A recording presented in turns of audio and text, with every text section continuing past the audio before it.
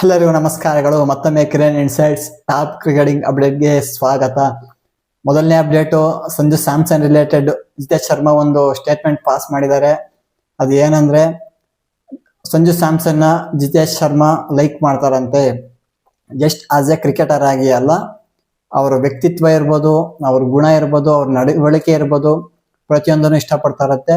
ಮತ್ತೆ ಸಂಜು ಸ್ಯಾಮ್ಸನ್ ಅವರು 2026 T20 world cup win ಆಗ್ತಾ ಇದ್ದಂಗೆ ಅವ್ರಿಗೆ ಸಿಗ್ತಾ ಇರುವಂತಹ ರೆಸ್ಪೆಕ್ಟ್ ಇರ್ಬೋದು, ಹೊಗಳಿಕೆ ಇರ್ಬೋದು, ಮತ್ತೆ ವರ್ಲ್ಡ್ ಕಪ್ ವಿನ್ ಆಗಿರೋದು ಪ್ರತಿಯೊಂದಕ್ಕೂ ಡಿಸರ್ವ್ ಅಂತ ಜಿತೇಶ್ ಶರ್ಮಾ ಹೇಳಿದ್ದಾರೆ. ಹೌದು ಗುರು, ಪ್ರತಿಯೊಂದಕ್ಕೂ ಡಿಸರ್ವ್ ಅಂತಾನೆ ಹೇಳ್ಬೋದು. ಯಾಕಂದ್ರೆ ನಮ್ಮ ಇಂಡಿಯಾ ಯಾವಾಗ ವಿನ್ ಆಗ್ಲೇಬೇಕು ಅನ್ನೋ ಸಿಚುವೇಶನ್ ಬಂದಿತ್ತೋ ಆ ಪ್ರತಿ ಮ್ಯಾಚ್ ಅಲ್ಲೂ ಸಂಜು ಸ್ಯಾಮ್ಸನ್ ಪರ್ಫಾರ್ಮೆನ್ಸ್ ಮಾಡಿದ್ದಾರೆ. ಅವ್ರು ಪರ್ಫಾರ್ಮ್ ಮಾಡಿದ್ದಿಲ್ಲ ಅಂದಿದ್ರೆ ಟೀಮ್ ಇಂಡಿಯಾಗೆ T20 ವರ್ಲ್ಡ್ ಕಪ್ ವಿನ್ ಆಗೋದು ಕಷ್ಟ ಆಗ್ತಾ ಇತ್ತು. ಅಪ್ಡೇಟ್ ನಂಬರ್ 2 ಏನಂದ್ರೆ, ರೋಹಿತ್ ಶರ್ಮಾ ಬಗ್ಗೆ ಹರ್ಭಜನ್ ಸಿಂಗ್ ಅವರು ಒಂದು ಸ್ಟೇಟ್ಮೆಂಟ್ ಪಾಸ್ ಮಾಡಿದ್ದಾರೆ. ಅದು ಏನಂದ್ರೆ, ನಮ್ಗೆಲ್ಲ ಗೊತ್ತಿರೋ ಹಾಗೆ Rohit Sharma just impact player, batter ಆಗಿ ಮಾತ್ರ ಆಡ್ತಾ ಇರೋದು. ಅವರು ಫೀಲ್ಡಿಂಗ್ ಮಾಡ್ತಾ ಇಲ್ಲ. ಬ್ಯಾಟಿಂಗ್ ಇದ್ದಾಗ ಬ್ಯಾಟಿಂಗ್ ಆಡಿ ಮತ್ತೆ ಹೋಗಿ ಡಗೌಟ್ ಅಲ್ಲಿ ಕೂತ್ಕೋತಾ ಇದ್ದಾರೆ. ಬಟ್ ಹರ್ಭಜನ್ ಸಿಂಗ್ ಪ್ರಕಾರ ರೋಹಿತ್ ಶರ್ಮಾ ಅವರು ಫೀಲ್ಡಿಂಗು ಮಾಡಬೇಕು ಮತ್ತೆ ಗ್ರೌಂಡ್ ಅಲ್ಲಿ ಇರಬೇಕು. ಯಾಕಂದ್ರೆ ಎಲ್ಲ ಟೈಮಲ್ಲೂ ಹಾರ್ದಿಕ್ ಪಾಂಡ್ಯ ಕೈಲಿ ಟೀಮ್ನ ಹ್ಯಾಂಡಲ್ ಮಾಡೋಕ್ಕಾಗಲ್ಲ. ಅದೆಷ್ಟೇ ಎಕ್ಸ್ಪೀರಿಯನ್ಸ್ ಇದ್ರು ಕೆಲವು ಟೈಮಲ್ಲಿ ಆ ಪ್ರೆಜರ್ನ ಹ್ಯಾಂಡಲ್ ಮಾಡೋಕ್ಕಾಗಲ್ಲ, ಮತ್ತೆ ಕಷ್ಟ ಆಗುತ್ತೆ. ಅಂತ ಟೈಮಲ್ಲಿ ರೋಹಿತ್ ಶರ್ಮಾ ಅಂತ ಎಕ್ಸ್ಪೀರಿಯನ್ಸ್ ಕ್ಯಾಪ್ಟನ್ ಇದ್ದಾಗ ಹಾರ್ದಿಕ್ ಪಾಂಡ್ಯಗೂ ಸ್ವಲ್ಪ ಸಪೋರ್ಟ್ ಇದ್ದಂಗೆ ಈಸಿ ಆಗುತ್ತೆ ಅಂತ ಹರ್ಭಜನ್ ಸಿಂಗ್ ಅವರು ಹೇಳಿದ್ದಾರೆ. ಅಪ್ಡೇಟ್ ನಂಬರ್ 3 ಏನು ಅಂದ್ರೆ, ಗೌತಮ್ ಗಂಭೀರ್ ಅವರು ಒಂದು ಸ್ಟೇಟ್ಮೆಂಟ್ ಪಾಸ್ ಮಾಡಿದ್ದಾರೆ. After winning 2026 T20 world cup as A coach. ಏನಂದ್ರೆ, ನೆಕ್ಸ್ಟ್ ಬರ್ತಾ ಇದೆಯಲ್ಲ ಅಲ್ವಾ 2027 ಏಕದಿನ ವಿಶ್ವಕಪ್. ಅದಕ್ಕೆ IPL 2026 ಮುಗಿತಾ ಇದ್ದಂಗೆನೆ ಪ್ಲಾನ್ ಮಾಡ್ತಾರಂತೆ. ಯಾವ ತರ 2027 ಏಕದಿನ ವಿಶ್ವಕಪ್ನ ವಿನ್ ಆಗಬೇಕು, ವಿನ್ ಆಗೋದಕ್ಕೆ ಯಾವ್ಯಾವ ತರ ತಯಾರಿ ಮಾಡ್ಕೋಬೇಕು ಅನ್ನೋದನ್ನ ಪ್ರತಿಯೊಂದನ್ನು ಇವರು ಪ್ಲಾನ್ ಮಾಡ್ತಾರಂತೆ ಹೇಳಿದ್ದಾರೆ. ಅಪ್ಡೇಟ್ ನಂಬರ್ 4 ಏನಂದ್ರೆ, ಸಂಜು ಸ್ಯಾಮ್ಸನ್ ಅವರ ಅಪ್ಪ ಸಂಜು ಸ್ಯಾಮ್ಸನ್ ಬಗ್ಗೆ ಹೇಳಿದ್ದಾರೆ. ನಮ್ಗೆಲ್ಲ ಗೊತ್ತಿರೋ ಹಾಗೆ last season Rajasthan Royals captains ಆಗಿ ಸಂಜು ಸ್ಯಾಮ್ಸನ್ ಆಡ್ತಾ ಇದ್ರು. ಅದೇನಾಯ್ತೋ ಗೊತ್ತಿಲ್ಲ. ಲಾಸ್ಟ್ ಸೀಸನ್ ಮುಗಿದ್ಮೇಲೆ ಸಂಜು ಸ್ಯಾಮ್ಸನ್ ಅವರು ರಾಜಸ್ಥಾನ್ ರಾಯಲ್ಸ್ ನ ಬಿಡ್ಬೇಕು ಅನ್ಕೊಂಡ್ರಂತೆ. ಆ ಬಿಡ್ಬೇಕು ಅನ್ಕೊಂತ ಇದ್ದಾಗ ಫಸ್ಟ್ ಆಫರ್ ಮಾಡಿರೋದು ಯಾರಂದ್ರೆ MI, DC, KKR ಈ 3 ಫ್ರಾಂಚೈಸಿ ಆಫರ್ ಮಾಡಿದ್ರಂತೆ ನಮ್ ಟೀಮ್ಗೆ ಬನ್ನಿ ಅಂತ. ಬಟ್ ಇವ್ರು ಅದಕ್ಕೆ ಒಪ್ಪಿಲ್ಲ. ಯಾವಾಗ CSK ಆಫರ್ ಮಾಡ್ತೋ ಆಗ ಇವರು ಕಣ್ಣು ಮುಚ್ಕೊಂಡು ಒಪ್ಕೊಂಡಿದ್ದಾರೆ. ಯಾಕಂದ್ರೆ ಸಂಜು ಸ್ಯಾಮ್ಸನ್ಗೆ ಆಗ್ಲಿಂದನೂ CSK ಅಂದ್ರೆ ಇಷ್ಟ. ಅದೇನೋ ಗೊತ್ತಿಲ್ಲ, ಅವರು ಮೊದ್ಲಿಂದಾನು CSKನ ಸಖತ್ ಇಷ್ಟ ಪಡ್ತಾ ಇದ್ರು. ಅದಕ್ಕೆ ಯಾವಾಗ CSK ಆಫರ್ ಮಾಡಿದ್ರು ಅವರು ಒಪ್ಕೊಂಡ್ರು. ಅಪ್ಡೇಟ್ ನಂಬರ್ 5 ಏನಂದ್ರೆ, ಅನಿಲ್ ಕುಂಬ್ಳೆ ರಜಿತ್ ಪಟಿದಾರ್ ಬಗ್ಗೆ ಒಂದು ಸ್ಟೇಟ್ಮೆಂಟ್ ಕೊಟ್ಟಿದ್ದಾರೆ. ಏನಂದ್ರೆ, ರಜಿತ್ ಪಟಿದಾರ್ಗೆ ಈ ಸಲ back to back IPL trophy win ಆಗೋದು ಈಸಿ ಇರಲ್ಲ, ಕಷ್ಟ ಇರುತ್ತೆ. ಬ್ಯಾಕ್ ಟು ಬ್ಯಾಕ್ ಟ್ರೋಫೀಸ್ನ ಗೆದ್ದಿರೋದು ಯಾರು ಅಂದ್ರೆ ಮುಂಬೈ ಮತ್ತೆ ಚೆನ್ನೈ ಮಾತ್ರ ಈ ಸಾಧನೆಯನ್ನ ಮಾಡಿದೆ, ಬೇರೆ ಯಾವ ಟೀಮು ಮಾಡಿಲ್ಲ.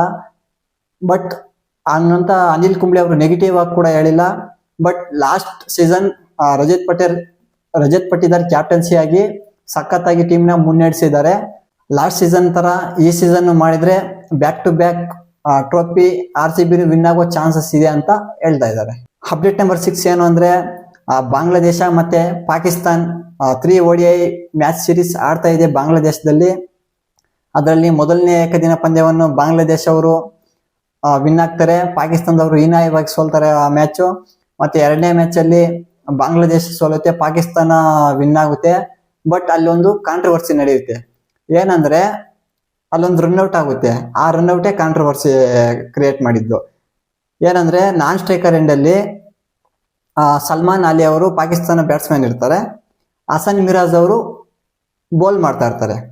ಆ ಸ್ಟ್ರೈಕ್ ಎಂಡ್ ಅಲ್ಲಿರೋರು ಬಾಲ್ ಹೊಡಿತಾ ಇದ್ದಂಗೆನೆ ಬೌಲರ್ ಮತ್ತೆ ನಾನ್ ಸ್ಟ್ರೈಕರ್ ಎಂಡಲ್ಲಿ ಇದ್ರಲ್ಲ ಬ್ಯಾಟ್ಸ್ಮನ್, ಅವ್ರ ಹತ್ರ ಬರುತ್ತೆ. ಆ ಟೈಮಲ್ಲಿ ಏನ್ ಮಾಡ್ತಾರೆ, ನಾನ್ ಸ್ಟ್ರೈಕ್ ಅಲ್ಲಿರೋ ಬ್ಯಾಟ್ಸ್ಮನ್ ಸಲ್ಮಾನ್ ಅಲಿ ಬಾಲ್ ತಗೊಂಡು ಇವ್ರು ಕೊಡಕ್ ಹೋಗ್ತಾರೆ, ಬೌಲರ್ ಕೊಡಕ್ಕಂತ ಬಾಲ್ ತಗೊಳಕ್ ಹೋಗ್ತಾರೆ. ಬಟ್ ಆ ಟೈಮಲ್ಲಿ ಹಸನ್ ಮಿರಾಜ್ ಏನ್ ಮಾಡ್ತಾರೆ ಅಂದ್ರೆ ಅವ್ರಿಗೆ ಮುಂಚೆ ಇವ್ರು ಬಾಲ್ ತಗೊಂಡು ವಿಕೆಟ್ ಹೊಡಿತಾರೆ. ಆಗ ಔಟ್ ಬರುತ್ತೆ. ರೂಲ್ಸ್ ಪ್ರಕಾರ ಅದು ಔಟೇ. ಸ್ಪೋರ್ಟ್ಸ್ ಮ್ಯಾನ್ ಸ್ಪಿರಿಟ್ ಎಲ್ಲಿ ಅಂತ ಕೇಳ್ತೀರಾ, ಬಟ್ ಕೆಲವರು ಇದು ರೂಲ್ಸ್ ಪ್ರಕಾರ ಇದು ಔಟೇ, ಇಲ್ಲಿ ಸ್ಪೋರ್ಟ್ಸ್ ಮ್ಯಾನ್ ಸ್ಪಿರಿಟ್ ಅನ್ನೋದೆಲ್ಲ ಬರಲ್ಲ. ಬಟ್ ಈ ಬೌಲರ್ ಅರ್ಥ ಮಾಡ್ಕೊಂಡು ಇದ್ ಮಾಡಿದ್ರೆ ಅದು ಸರಿ ಹೋಗ್ತಾ ಇತ್ತು. ಬಟ್ ಆ ತರ ಇವ್ರದ್ದು ಏನು ಕೆಲಸ, ಬಾಲ್ ಎಲ್ಲ ಎತ್ಕೊಳಕ್ ಹೋಗಬಾರ್ದು. ಇವ್ರು ಜಸ್ಟ್ ಏನೋ ಕ್ರೀಸ್ ಒಳಗಡೆ ಎಂಟ್ರಿ ಆಗ್ಬೇಕಾಗಿತ್ತು ಅಷ್ಟೇ. ಇವ್ರು ಆಗಿಲ್ಲ, ಅವರು ಔಟ್ ಮಾಡಿದ್ರು. ಥರ್ಡ್ ಅಂಪೈರ್ ಹೋಗಿ ಔಟ್ ಕೊಟ್ರು ಅಷ್ಟೇ. ಅಪ್ಡೇಟ್ ನಂಬರ್ 7 ಏನಂದ್ರೆ CSK ರಿಲೇಟೆಡ್. CSK ಅವರು ಮೆಗಾ ಫ್ಯಾನ್ ಇವೆಂಟ್ ನ ಹೋಸ್ಟ್ ಮಾಡಕ್ಕೆ ರೆಡಿ ಆಗಿದಾರಂತೆ. ಅದಕ್ಕೆ ಟೈಟ್ಲ್ ಏನಂತ ಕೊಟ್ಟಿದ್ದಾರೆ ಅಂದ್ರೆ ರೋರ್ 26 ಅಂತ ಟೈಟ್ಲ್ ಕೊಟ್ಟಿದಾರಂತೆ. ಅದು ಯಾವಾಗ 22 ಮಾರ್ಚ್ ಚಿದಂಬರಂ ಸ್ಟೇಡಿಯಂ ಅಲ್ಲಿ ಚೆನ್ನೈಯಲ್ಲಿ ನಡೀತಾ ಇದೆ ಅಂತೆ. ಇದನ್ನ ಫಸ್ಟ್ ನಮ್ಮ RCB ಅವರು ಸ್ಟಾರ್ಟ್ ಮಾಡಿರೋದು. ನಮ್ಮ RCB ಎಲ್ಲ ಸ್ಟಾರ್ಟ್ ಮಾಡ್ತಾರಲ್ವಾ, ಅನ್ಬಾಕ್ಸ್ ಇವೆಂಟ್ ಇರ್ಬೋದು, ಈ ತರ ಎಲ್ಲ RCB ಸ್ಟಾರ್ಟ್ ಮಾಡಿದ್ದು, ಅದನ್ನ ಇವರು ಕಾಪಿ ಮಾಡಿದಾರೆ ಅಂತಾನೆ ಹೇಳ್ಬೋದು. ಅಪ್ಡೇಟ್ ನಂಬರ್ 8 ಏನು ಅಂದ್ರೆ ಸುರೇಶ್ ರೈನಾ ಅವರು ಸಂಜು ಸ್ಯಾಮ್ಸನ್ ಬಗ್ಗೆ ಒಂದು ಸ್ಟೇಟ್ಮೆಂಟ್ ಕೊಟ್ಟಿದ್ದಾರೆ. ಅದು ಏನಂದ್ರೆ CSK ಅಲ್ಲಿ ಸಂಜು ಸ್ಯಾಮ್ಸನ್ ರೋಲ್ ಕ್ರೂಷಿಯಲ್ ಆಗಿರುತ್ತೆ. ಯಾಕಂದ್ರೆ ಅವರು ನಂಬರ್ 3 ಬ್ಯಾಟರ್ ಆಗಿ ಆಡ್ತಾ ಇರೋದು. ಅವರು ಲಾಸ್ಟ್ T20 ವರ್ಲ್ಡ್ ಕಪ್ ಅಲ್ಲಿ ಅವರು ಆಡಿರೋದೆಲ್ಲ ಓಪನಿಂಗ್ ಪೊಸಿಷನ್ ಅಲ್ಲಿ. ಬಟ್ CSK ಅವ್ರು ಕ್ಲಿಯರ್ ಕಟ್ ಆಗಿ ಹೇಳ್ಬಿಟ್ಟಿದೆ ಆಸ್ ಎ ನಂಬರ್ 3 ಬ್ಯಾಟರ್ ಆಗಿ ಆಡ್ಬೇಕು ಅಂತ. ರೀಸೆಂಟ್ ಫಾರ್ಮ್ ನೋಡಿದ್ರೆ ಪೀಕ್ ಫಾರ್ಮ್ ಅಲ್ಲಿ ಇದ್ದಾರೆ ಸಂಜು ಸ್ಯಾಮ್ಸನ್ ಅವರು. ಇಲ್ಲೂ ಅಷ್ಟೇ, ಚೆನ್ನೈಗೆ ಏನಾದ್ರು ಸ್ವಲ್ಪ ಗುಡ್ ಆಗ್ಬೇಕಾದ್ರೆ ಇವರು ಪರ್ಫಾರ್ಮೆನ್ಸ್ ಚೆನ್ನಾಗಿ ಮಾಡಬೇಕು. ವಿಡಿಯೋ ಇಷ್ಟ ಆಗಿದೆ ಅನ್ಕೋತೀನಿ. ವಿಡಿಯೋ ಇಷ್ಟ ಆಗಿದ್ರೆ ಲೈಕ್ ಮಾಡಿ, ಶೇರ್ ಮಾಡಿ. ಯಾರು ಸಬ್ಸ್ಕ್ರೈಬ್ ಆಗದೆ ವಿಡಿಯೋ ನೋಡ್ತಾ ಇದ್ದೀರೋ ಸಬ್ಸ್ಕ್ರೈಬ್ ಮಾಡ್ಕೊಬಿಡಿ ಅಂತ ಹೇಳ್ತಾ ಮತ್ತೆ ಸಿಗೋಣ ಮುಂದಿನ ವಿಡಿಯೋದಲ್ಲಿ. ಅಲ್ಲಿ ತನಕ you guys take care, bye.